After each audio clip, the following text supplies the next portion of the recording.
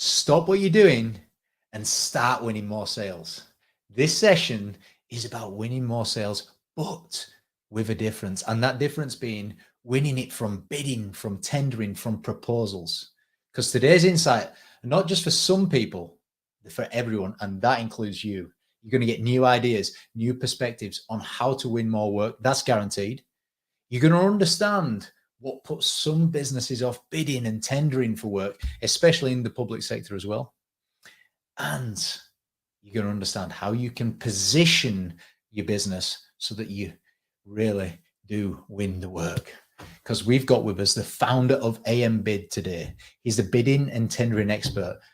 That's not accoladed from me. He was awarded in May 2022 the Global Thought Leader of the Year in business. He's with you today, Andrew Morrison. It is good to see you, Mr. Morrison. How are you, sir?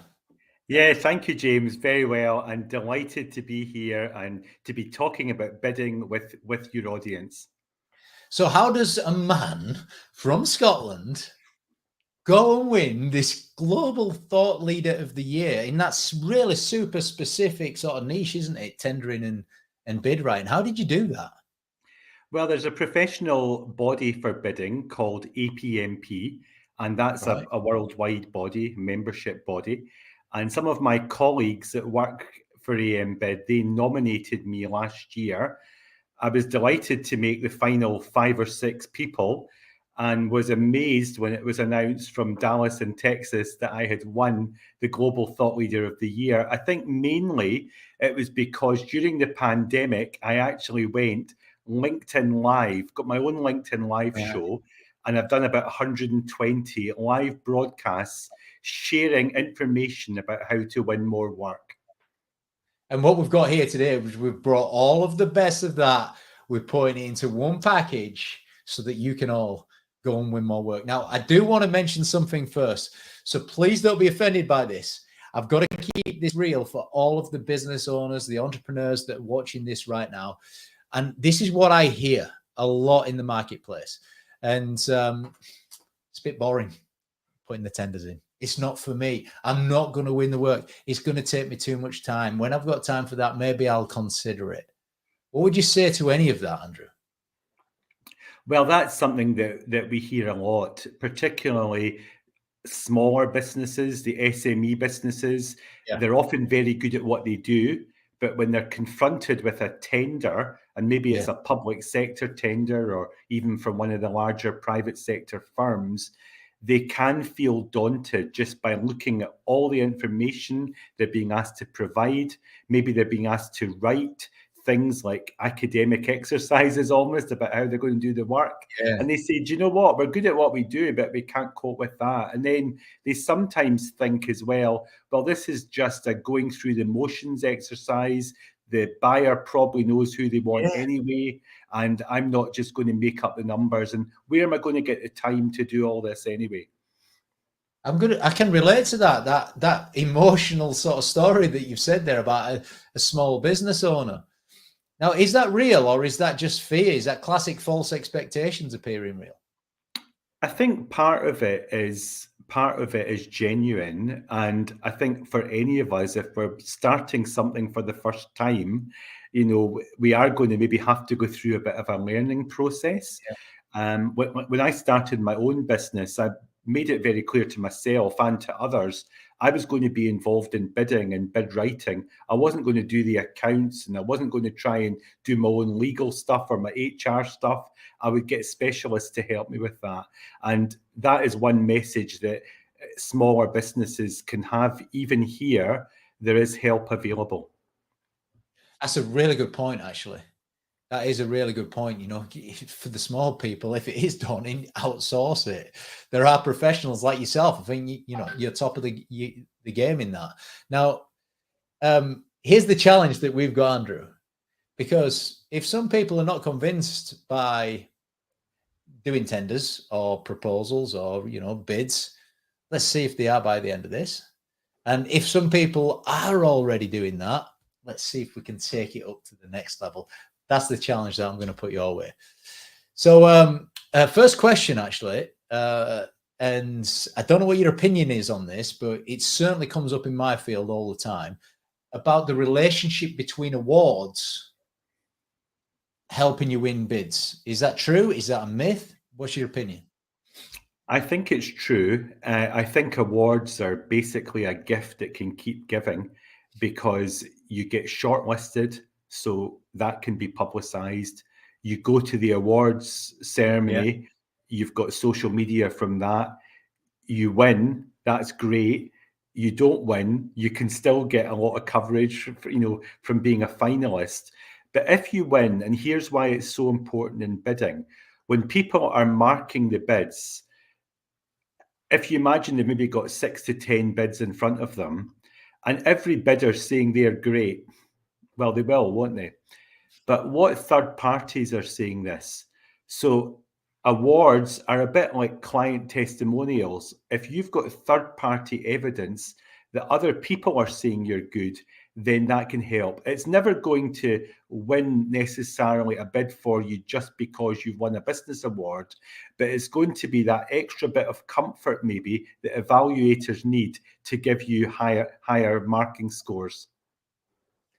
Well, really, really good point, isn't it? The more awards you win, the more awards you win. It just helps, and then there's that social proof. Just even thinking about this before this interview, it really did get me thinking about the importance of tender writing, winning more work, and all of this. So far, so good. I like that relationship there with entering awards, and it's going to help you win more work. Now, this question is. You sent over some slides, and I'm going to pick a few of them out that I do want to refer to and bring on screen that you can talk through here.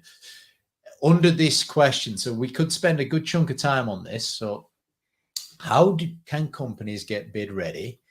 And the first one I want to put on screen is about inflation, because everyone listening to this call right now is very aware of inflation. Now, you sent this over. I'm interested in what that's got to do with winning more tenders and proposals and bids. Yeah, well, James, there's two sides to your bid. You're going to have a written technical side, and we're going to talk a bit about that during this interview. But there's also going to be a pricing side. There's going to be a cost. What's the bottom line? How much is this going to cost your business to actually deliver, whether it's goods, services, or works under the contract? And also for these contracts, they're often fairly long term. They can be several years or even longer. So you want to look at, well, what are the change control provisions? How often are we going to be able to get a price increase? Or are we having to hold our prices for a very long time? And if you're having to hold your prices maybe for several years, you've got to then start be thinking about commercial views and risks. How much fuel is going to be used? What's the price going to be of the fuel? And these things that are mentioned there, the energy, the wages, materials, interest rates for your business. Do you have to perhaps borrow some money to be able to expand your business to deliver this contract? So there's factors like that you have to think about when pricing your bid. Also look carefully at what it is you're being asked to price. And there's an opportunity during a bid process to ask any clarification questions that you've got. If there's something you're not sure of, ask a question, and probably the answer will get shared with all bidders. But that's okay, because it means that the pricing is all going to be getting done on a similar basis. It's a really valid point, actually, that you make there about inflation. I bet there's some people listening right now. Put it in the comments box if you are, that thinking, "Oh God, I didn't even factor that into my thinking in the future." So yes, winning the work now can help. Get the money in your bank, get the cash in your life, but also consider in the future the projection moving forward. Should we look at the second element that you sent through then as well? Okay. Which was, why is this important then in getting bid ready? Well, the governments have actually made net zero commitments. So, for example, the UK government have committed that the UK and the government, especially, but the public sector, the UK as a whole, is going to be net zero by 2050. And in Scotland, it's 2045. Now, quite a lot of the public sector and the private sector organisations, they've gone better than that. They might be saying 2035, 2030, 2028, 2025 even. Some might even be there almost already. So what they're looking for when they're looking for suppliers or contractors, whatever you want to call them, they're looking for people that get that, that are going to perhaps align with that, maybe even are going to be better than that, because we're all living here on the same planet. We all have the same concerns. We all recognize that obviously net zero is a vital thing to actually get to. So this sustainability part, going back a few years ago, it was never even mentioned in bids. Then it moved up to being mentioned, but it wasn't scored. Then it was maybe scored at about 2 to 5%. Now we can see it being scoring 10, 15%. It is vital, really. And not just your own sustainability, but in your supply chain. Yeah. If you've got subcontractors or material suppliers or anybody else involved, it's also what are their sustainability credentials as well. So are you saying I will win more proposals or tenders, bids, if I can clearly demonstrate that I'm a net zero, my supply chain, they're working towards this net zero? Does that make me more desirable, more attractive that they choose me? Yes, and what I would say first of all is you've got to have baselined your current position. A lot of organisations don't know their current position. So you baseline your current position and then you set a kind of ambitious target. Say you set a target of, well, we're going to be a net zero business by 2030. That's good. So you've done the baseline, you've got your target. But then the next thing that really brings it to life and makes it real is that you've got milestones along the way, intermediate targets for how you're going to reach that. Look, you're definitely throwing some logs on the fire here. You're bringing some things up that I wouldn't have even been aware of. Well, clearly I'm a little bit aware of because I've seen these slides beforehand, and it definitely got in my head. Let's have a look at this third area. There's 5 areas that we're showing here about helping prepare you to win more bids. Skill shortages. What's that got to do with it? Well, again, we're talking about these bids are often to deliver contracts across several years. And I've put a construction sector example here.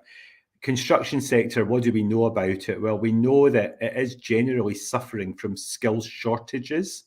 Yep. There's been obviously an aging workforce.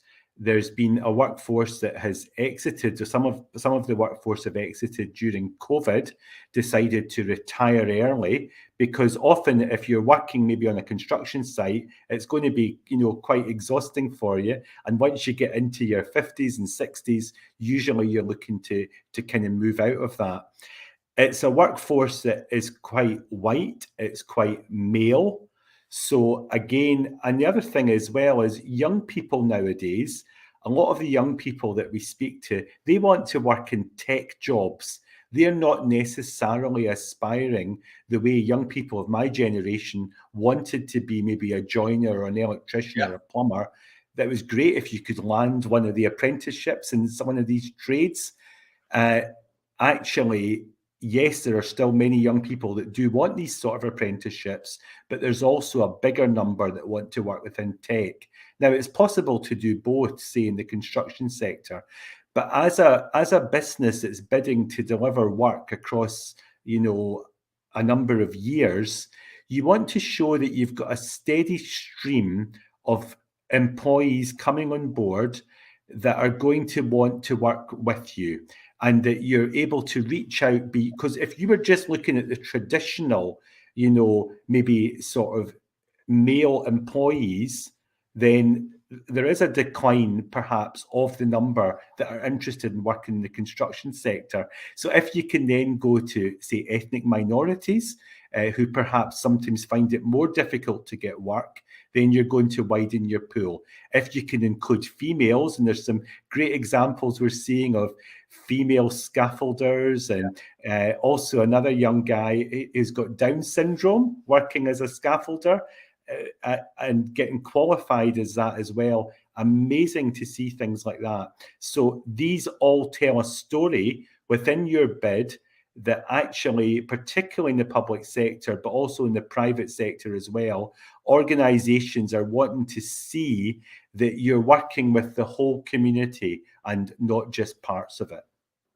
Really powerful point. It's again something that, is there a subtlety to this, or is there a subtlety to sort of communicating that through your bid, through your tender that you put in, that you're demonstrating ethics, morals, the contribution back to society, what skill shortages? Is there a subtlety to that, or are there sections on that? Well, do you know what? I think a lot of it is going to be evidence as well. What can you evidence? So can you point to statistics, say, within your workforce that show that you're not just talking a good game, but you're walking the talk? Also, if maybe you're presenting your team, they might ask for, well, who's your management team? I had to speak to one company recently, and it was 6 males that looked like me, white guys in their 50s. Plenty of comments going forward right now. There's loads of comments that's coming forward. And some of them had hair and some of them didn't, but they were Right. what they had all in common was they were all white, they were all middle-aged, they were all male. I said, I'm afraid gone are the days when you can present that as a management team now. They said, what do? We'd have to promote some people. I said, well, you'll have to do that, because the people that are marking the bids, probably half of them are female, possibly some of them are people of colour, not white. So as they look at that management team, they're thinking, this team doesn't look anything like us. But also, maybe we're doing a bid to one of the London boroughs, where a lot of the London boroughs have got more than 50% of people are non-white. So therefore, again, you don't look like the communities that you'd be saying you were doing the work in. So this kind of matching your business with the types of communities you want to work in is going to be quite important as well. But also, diverse companies, there's a lot of evidence that the more diversity you've got in your business, the more profitable it's actually going to be, because people bring different thought patterns, different ways of thinking, different cultures. But also, yeah, I also found, because I started off, my first 5 or 6 employees were all male.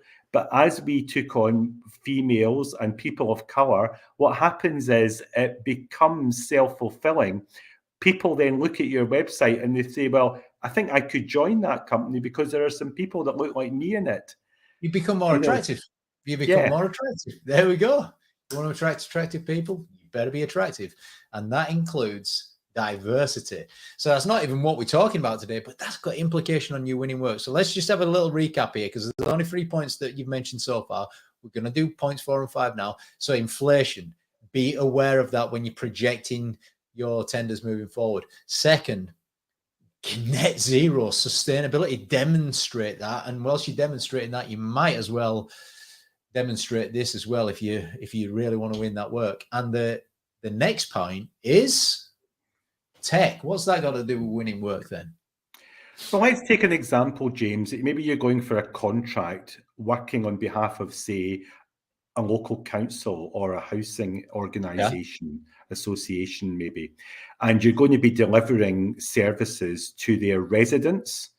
You're going to have maybe names, addresses, phone numbers, information about vulnerability, things like that. So giving that as an example, they're going to think, well, yes, you've convinced me you can do the work, but now I need convinced that you can actually look after the data securely, that there's not going to be a data breach here where our residents' personal private data is left on a bus or left on a kind of open laptop or something that could easily be hacked into.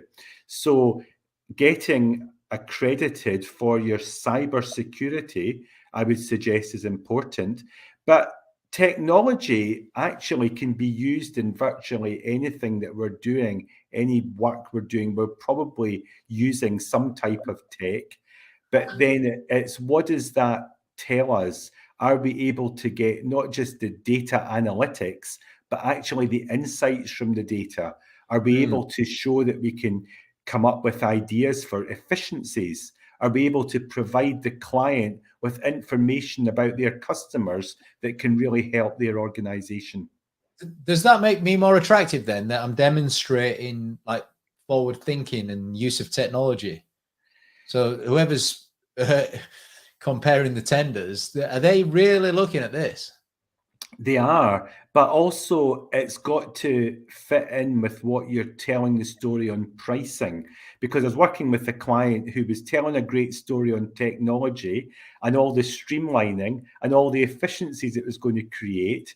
But then when I said, so how does that, leave your pricing? If you were a supermarket, which supermarket would you be? And they said, well, we're very expensive. We're a bit like Waitrose. I said, yeah, but that's now inconsistent with the story that you're telling about all the efficiencies and all the streamlining that you're creating. Because what it sounds like to the person who's marking the bid is, yes, they're working efficiently, they're working in a streamlined way, but they're going to keep all the profits themselves. Is that right? But is there a person marking the bids? I mean, hypothetically here, or is it going to a board of people to make a decision on who they're going to choose to work with?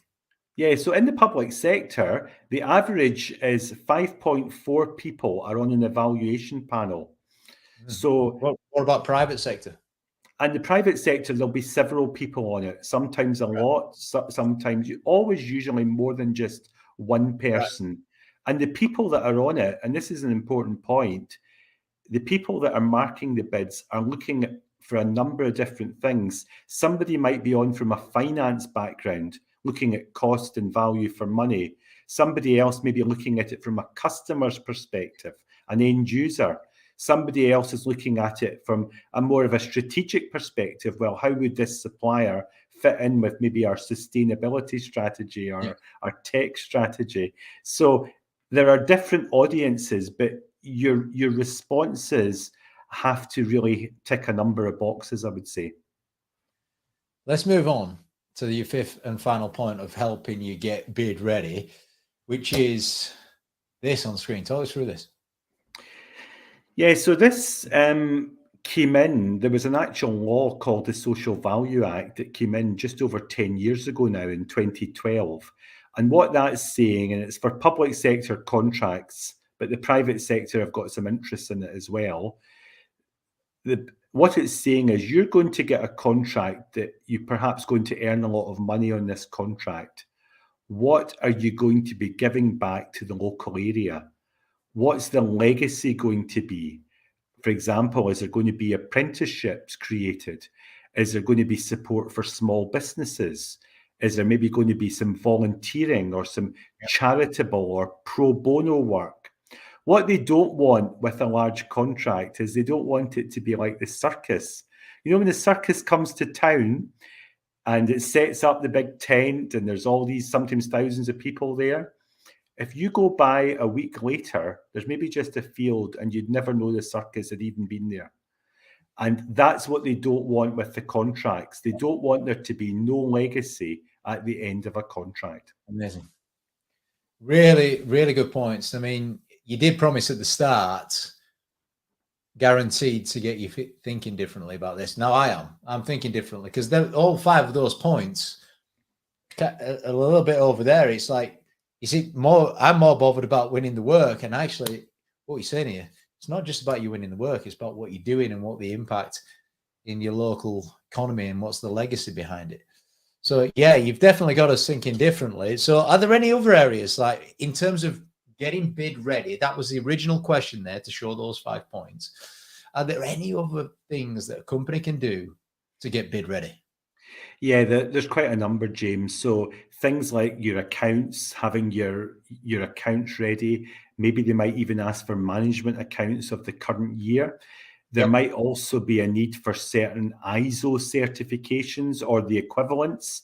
So maybe things like ISO 9001, the quality management. It would be good to have your policies and procedures in place as well. And then even things like Just on client. that, Yeah. if someone's not got their policies and procedures in place, would, you know, you saying that, that's going to put some people off doing it. Is there any, I mean, how easy is it to get your policies and procedures in place? Yeah, Is well, it you something that can. you should focus on over a period of time? Yeah, you can do it over a period of time, and you can also get help with it. But there are certain policies and procedures, like a health and safety policy, that companies legally have to have anyway. Yeah. So sometimes in getting bid ready, you're kind of getting ducks in a row that you should have in place anyway. So they are obviously, when they're looking for companies, they're looking for well-run companies. Something else you can do to get ready is to maybe have a few case studies or examples of other contracts or other pieces of work you've done. And it's always good if you've got some client testimonials as well. Okay. There you go. You heard it here today. Getting yourself ready for this is going to get your ducks in a row. It's going to help you do your business properly. It's going to help actually systemize a couple of other areas that you want and definitely need in place anyway. So let's move on to the next one. And I mean, clearly you're pretty excited about winning business here and winning tenders. Where do you get your energy from for this? Well, I think in a way it plays to some things that are quite important to me or part of my nature. So I'm competitive. So if I get involved in something, I want to win. So what I like about bidding is that there are results, there's very measurable results at the end. It's either a win or it's a loss. So something else it plays to is attention to detail as well. Because if you miss out, say, answering a question or don't answer it properly, that could mean that the bid loses, and it could be worth thousands, millions of pounds. How So many attention to bids? detail is vital. How many bids are lost because of that, not answering the question properly, in your opinion?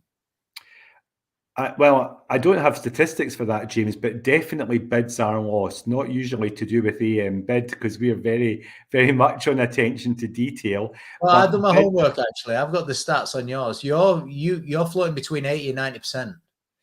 You know, yeah. That's win rate. So 80 to 90% of the bids that you put in, you win. What's the success behind that then? Clearly, you've got attention to detail ticked. Yeah, but it's even more than that in terms of getting the really high win rate. First of all, it's picking your battles as well. So, for example, I had somebody one time contacted me. They said, we're a cleaning company. We only set ourselves up 2 months ago, and we want to go for this contract with the University of Edinburgh. And I said, well, do you know what? That's been around for over 450 years.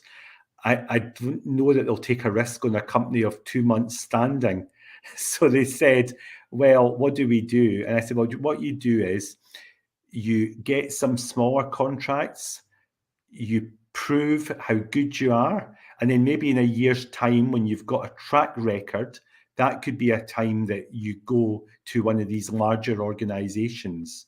I could have just said, okay, I'll write your bid for you. But I really didn't think that with 2 months, they were going to have a track record that would have satisfied, in that case, the University of Edinburgh. Interviewing as well, isn't it? You go and get some experience, prove it, come back. Yes, so that is one thing, is actually picking which opportunities to go for. I think it's good if there's a bit of insight as well. So sometimes I'll say to a bidder, they say, can you help us with this bid? I say, right, what do you know about the client? Oh, nothing. What do you know about who's delivering the contract at the moment? Don't know who's delivering it. What do you know about the price point for this bid? I don't know. Sorry, I don't know anything about it. I just think that we've used a cleaning company. Let's just say it's a cleaning bid. It's for £300,000 a year, and we're a cleaning company, so let's go for it. And I say, I'm not convinced on the strategy here. So what we can do is we can have an initial meeting with them to look at, is there an opportunity here or not? And then if they can convince us, we can then start to try and help them convince the buyer. I mean, this might be an obvious question. Loads of people thinking this, right? Where can I go and find things to tender for? Let's say I'm an electrician business. Where do I go and find things to tender for? I mean, lots of small businesses listening right now, this is not even on their radar. The focus doing all this other thing. Okay, well, what I would say is start local, to your organization. So wherever you are, say you're the electrician that you spoke about, I would say, let's now find out within maybe a 5 to 10 mile radius, what organizations are there here that we could possibly work for? So if it's a local council, if it's a local housing association, if it's a local big business that's got offices here or whatever, get in touch with them, find out when their contracts come out to the market and what you need to do.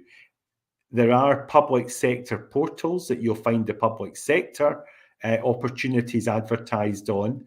But for the construction and the trade sector, there's also private sector portals like Glenigan and Barber and portals like that have lots of opportunities advertised. I mean, the kind of bids that you do. I mean, what kind of industries do you do it? Does literally every industries there's opportunities for bids, or is it more just for certain industries? So we work in all kinds of sectors. What I would say is that there's some sectors that we see more bidding activity in. So Like what? Construction, Yes, facilities management, utilities, energy, the water sector, the technology sector, quite a lot of bids there as well. IT. Well, that's good though, the technology sector bidding, because there's so many tech companies now. Yeah, lots of software bids, IT bids, IT support services, telecoms bids. There's bids for marketing. There's bids for professional services organizations like lawyers, accountants. You're pretty much saying everybody right now. So yeah, I think things that we don't see a huge number of bids in maybe are hospitality, like maybe hotels. We don't see a lot of bids coming through for them. Right. Retail, there's not necessarily a lot of bids. Sometimes there's bids into the big supermarkets, but it isn't one of the bigger sectors of bidding. Right. Really interesting. I mean, look, tell us some of the sort of the big wins. So any successful, what's the most successful bids that you've put in? And I've actually get a couple of examples. I'm going to show them next. But what's the most successful bid that you've ever done? Yeah, I think the most successful bid I've ever done was a bid that was for a very large contract. It was for a £1 billion framework. So that framework. What's a £1 billion framework? So a £1 billion framework, that was for the water sector, and they were looking for a number of suppliers for all the water companies to actually use their services. So that was a big bid. That was a very successful one. But I also remember in the early stages of AM bid, when it was just me, I just started the business, and a guy who did plumbing and heating, him and his son got in touch with me. And they said, can you help us with the bid? It's to the local housing association. It's for 110,000. Sorry, I asked him his turnover and he said 110,000. And I said, but this bid is 90,000. And it was basically just about all of his turnover. And that bid was successful as well. But that meant so much to me as well, because that kept him and his son working, That's good. There's two examples. There's one really small business. Then there's now just imagine, that £1 billion. Imagine all of the small businesses that got a piece of that pie that went in to be used as subcontractors actually to deliver it as well. So equally, that could be you. I've got some examples here on screen. So I asked you to put a few examples together. I've not looked at these examples. I've saved myself. I want you to impress me with what I'm putting here on screen. So these are some words that are written, I believe. So I've not been through it. Talk me through this. Yeah, so this is basically you said to me, James, what's a bid that's not very good? What are some of the traps that bidders fall into? And what I've got here is a slide. It's just the opening paragraph, so this is not the full answer. I'm going to tell you that we're going to imagine that this was Edinburgh Council, the City of Edinburgh Council, and if they were going to outsource their waste collection service, they might say, describe your approach to delivering the waste collection service. And this is, I want you to read it out. Everyone, this is a bad example. This is what not to do. Yeah. And you know what? People are going to read this, and a lot of people that are watching the show are going to think, this is great. So Anytown Waste has a proud heritage, being formed in 1964. We are the country's most trusted provider of waste collection services. Anytown Waste is a proven methodology for starting new contracts, and we will implement this seamlessly. Our business mobilised a Scottish contract in Moray. We have state-of-the-art vehicles, and our staff take a pride in their work. We've consistently proven ourselves to be better performers than our main competitors. Anytown Waste also has a robust complaints policy to deal with any problems. All right, so that's a bad example. I'm tempted to ask you why, but should I ask why now, or should we play the good example? I think ask why. I'm going to tell you why, just while we've got it on the screen. Although the question asks to describe your approach, what the answer does is immediately starts talking about themselves. Yes. So I want you to picture, James, situation. You meet somebody at a party or at a business networking event, and all they talk about is themselves. It gets pretty boring after a while. Yeah, it does. And they don't ask you. I felt that as you were talking it, so I didn't know that's what you were going to say, but I got a sense of that. They don't ask you anything about you. It's all about them.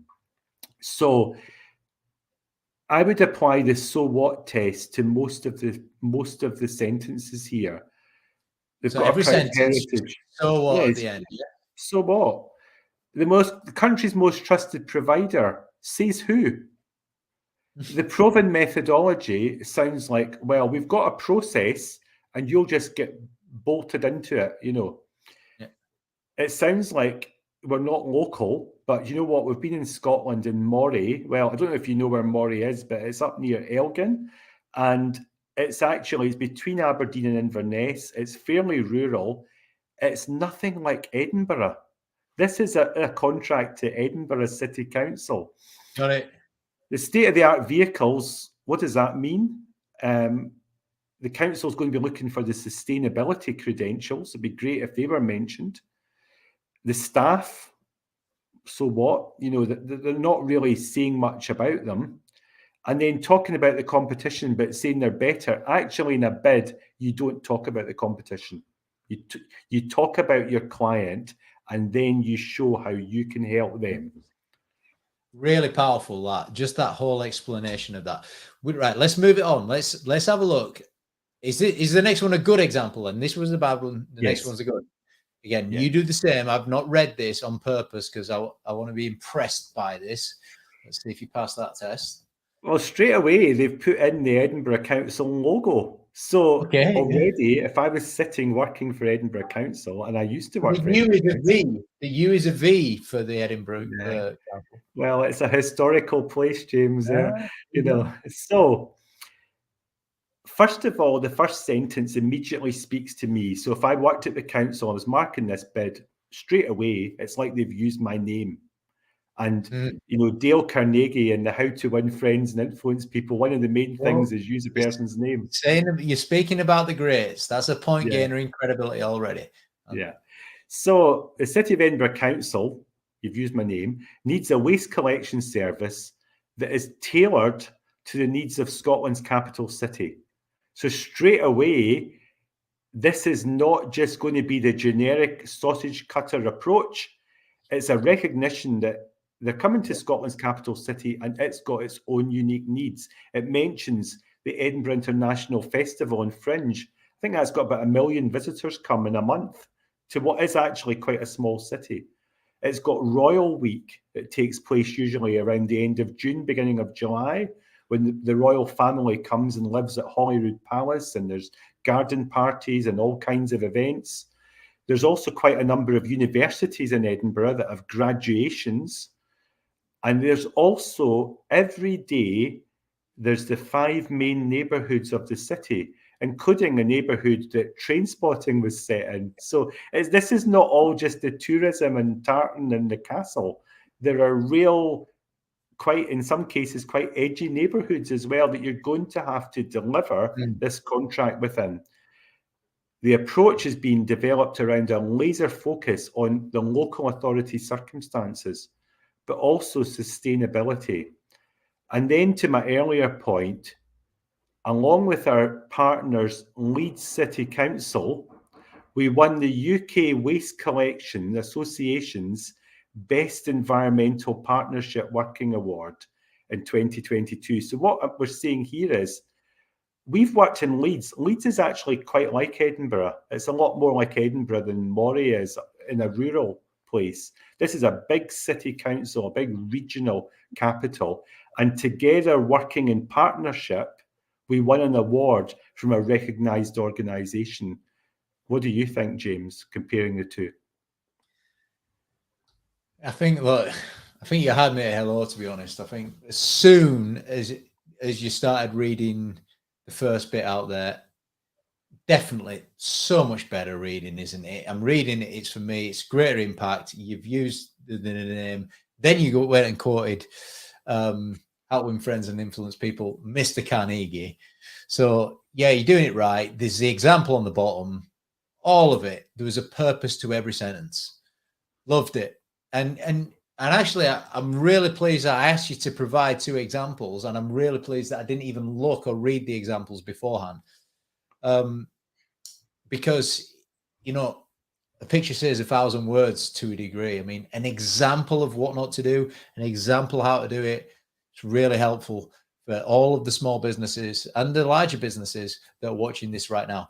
So I've got another few questions for you, because let's say I don't win a bid. You know, I've tendered for something and I don't win it. Can that still help my business or not? Yes, absolutely, because the actual act of submitting a bid and preparing a bid, you've had to go through a number of things. You've had to, maybe price the opportunity. Yeah. You've had to maybe take certain actions as an organization. Maybe it's asked for a policy that you didn't have that you really should have. Yeah, what you said earlier. It's kind of got you in front of a client as well. And maybe although you've not won this time, the clients, particularly in the public sector, give you feedback, and they'll tell you why you didn't win, what the reasons were, and also why the winner won, what differentiated them. You might find out information about the pricing. You might find out that you were 10% more expensive than the winning bid. So therefore, you think, well, the next time I go for a bid like that, I maybe need to sharpen my pencil a little bit. Look, the process of planning is more important than the plan. When you go through this, you are going to learn something. You're in danger of doing things differently. You're in danger of moving forward. I get it. As soon as you said that, there's some obvious benefits. Now, is there anything that is there anything else that you absolutely shouldn't do? Other big mistakes when it comes down to bid writing? Yeah, I remember I had a boss in my early stages of bidding. He says bidding, it's just a bit of cut and paste, isn't it? It's not. It's so not. So, for example, you've maybe done a bid, and then you've then got another opportunity to a different organisation.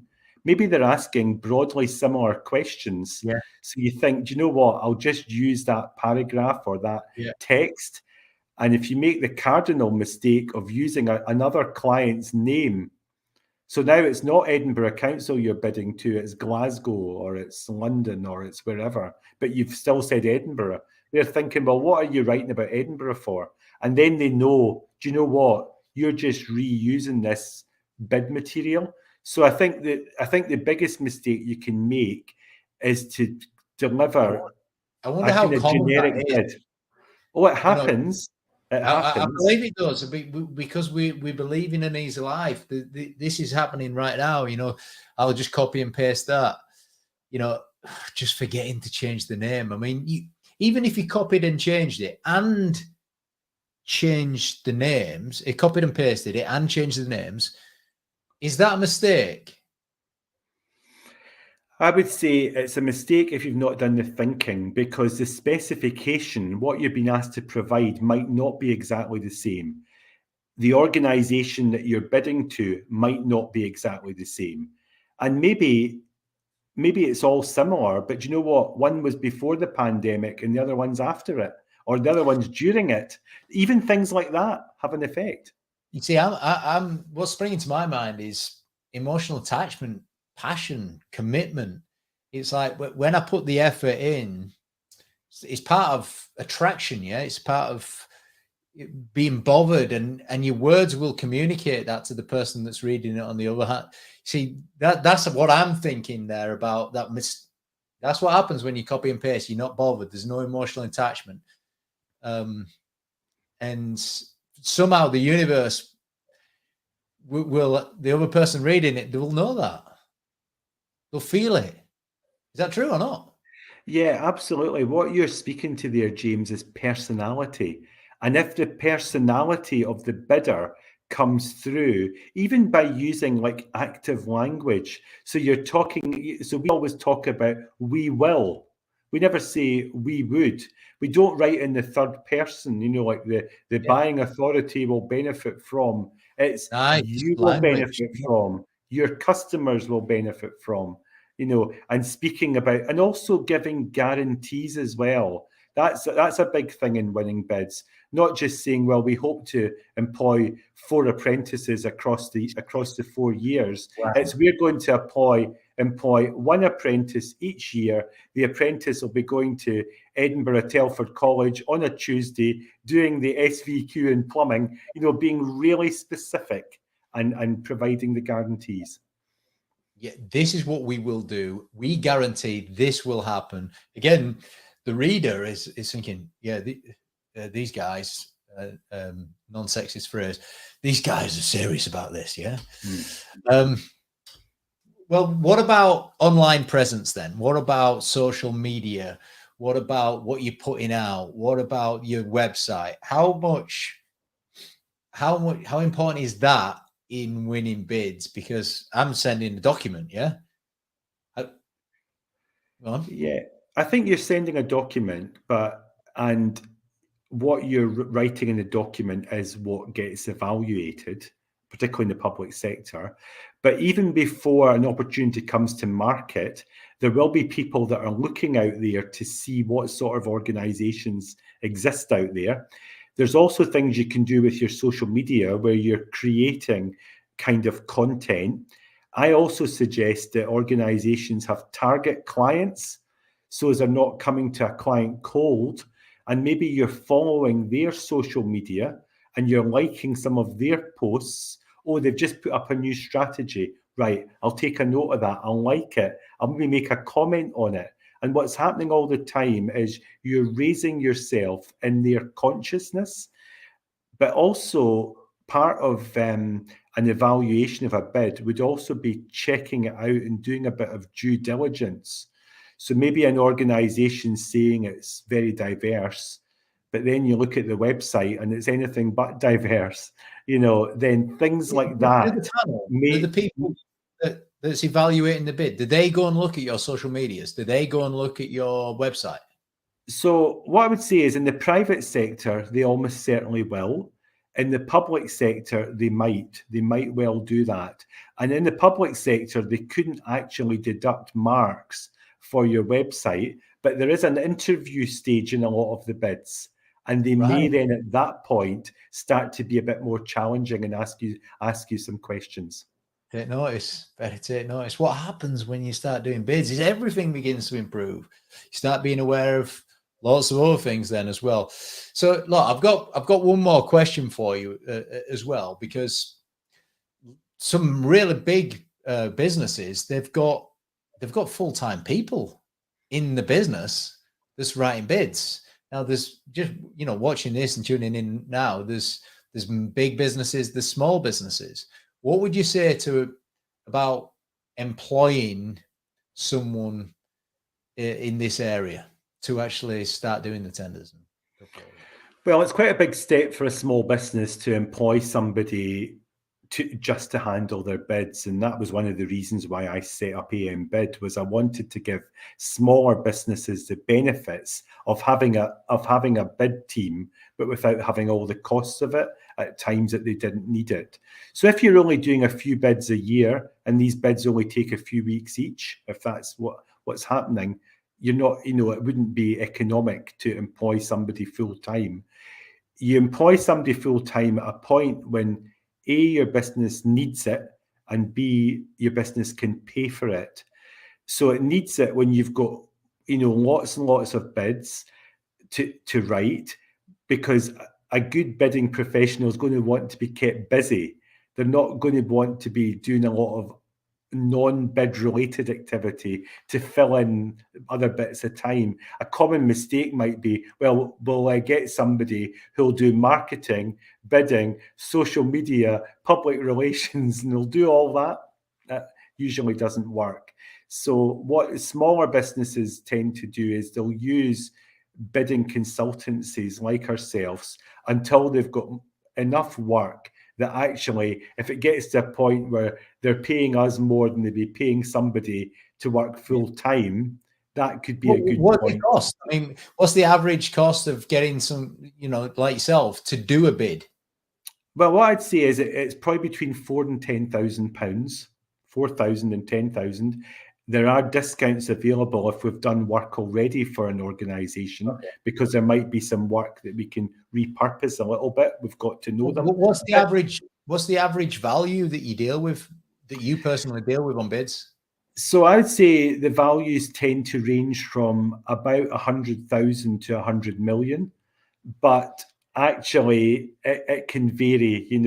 We can do sometimes a little bit less or a bit more, but the typical value of the bids we're doing is probably in the £500,000 to £10 million bracket. Do you ever do that no win, no fee thing?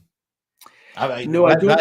Asking you questions here. I mean, yeah, I don't do that, and the reason that I don't is because I've basically got bills and my staff wages, etc., and our office costs. They need to be paid every single month. So what I did when I set up the business was I set it up as a professional service that was, basically the charges were mainly going to relate to our time. So what we do is upfront, we tell the client, this is how much it would cost if you want us to write the bid. And they make a decision then. By the way, everybody, take what you want from this. There's been some gold in this for me as well. I've learned so much. I will put on screen here. This is what AMBid do. So this is what Andrew's business does: the bid strategy, gap analysis, bid writing, training, recruiting. To help you recruit that person as well. There's the contact details on screen. You can see that there, Andrew's direct numbers and the website. Do what you want with that, folks. And also start thinking about what are the biggest learnings that you've got from this session. Start putting them, share them in the comment box. I've had some amazing learnings here. Like, for example, the blind spots. I would never even considered those earlier things that you shared on screen there. That inflation, you got to factor that into how it's going to move out. Then the examples that you shared on screen, what not to do and what to do. It was just like, that is absolutely, that's how you do it. Speak about them, make the situation about them, and the importance of not copy and pasting. I think really, really crucial. Another point, the language that you use with certainty, with confidence. We guarantee this will happen for new employees. Straight away, probably include a bit of diversity and subtle as we're doing that, and giving back to the local community. So tremendous learning at my end. What about you? What's been your favorite part of the interview today? Well, I think my favorite part, James, is that I hope I've communicated with you, and I certainly seem to think between from your summary there that you've picked up the kind of main points around bidding. And just to share as well that on our website, AMBid, and there's also a product called Ultimate Tender Coach that has its own website. There's lots more information there. And in fact, Ultimate Tender Coach is an end-to-end digital training course in how to win public sector bids. There you go. Public sector's for you. You might want to have a look at that. Andrew, on behalf of everybody here at Action Coach, thank you so much. You've inspired a lot of people. Everybody else, have a fantastic evening. Have a fantastic weekend. And we'll see you again next time. Bye for now.